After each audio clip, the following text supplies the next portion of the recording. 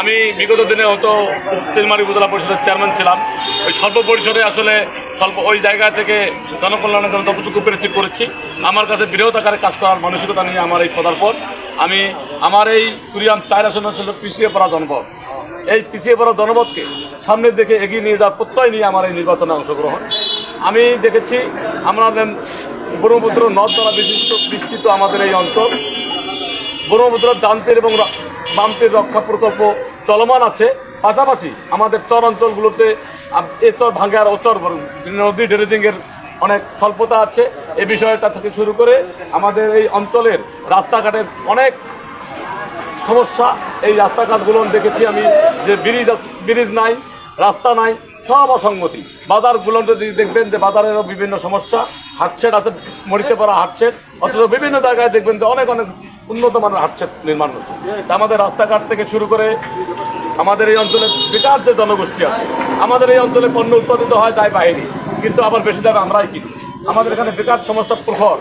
অন্যান্য অঞ্চলের মানুষের প্রশিক্ষণের মাধ্যমে বিদেশ গমন করাচ্ছে বাচ্চাদেরকে, কিন্তু আমাদের এই অঞ্চলে আমাদের এই ধরনের কোনো সিস্টেম নাই।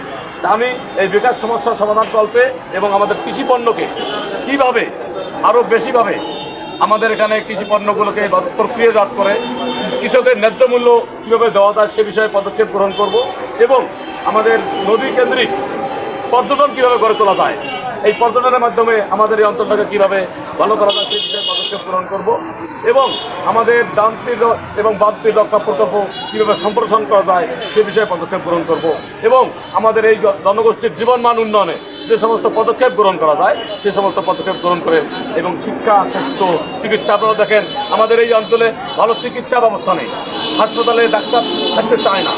এই যে বিষয়গুলো আছে, চিকিৎসা থেকে স্বাস্থ্য এবং আপনার শিক্ষা ব্যবস্থায় কলেজ আছে, সরকারি আছে, নাম হয়েছে সরকারি, কিন্তু শিক্ষক স্বল্পতা।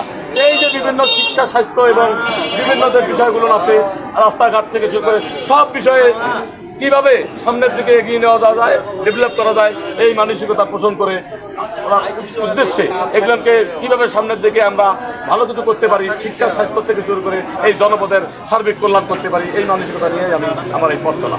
আসসালামু আলাইকুম।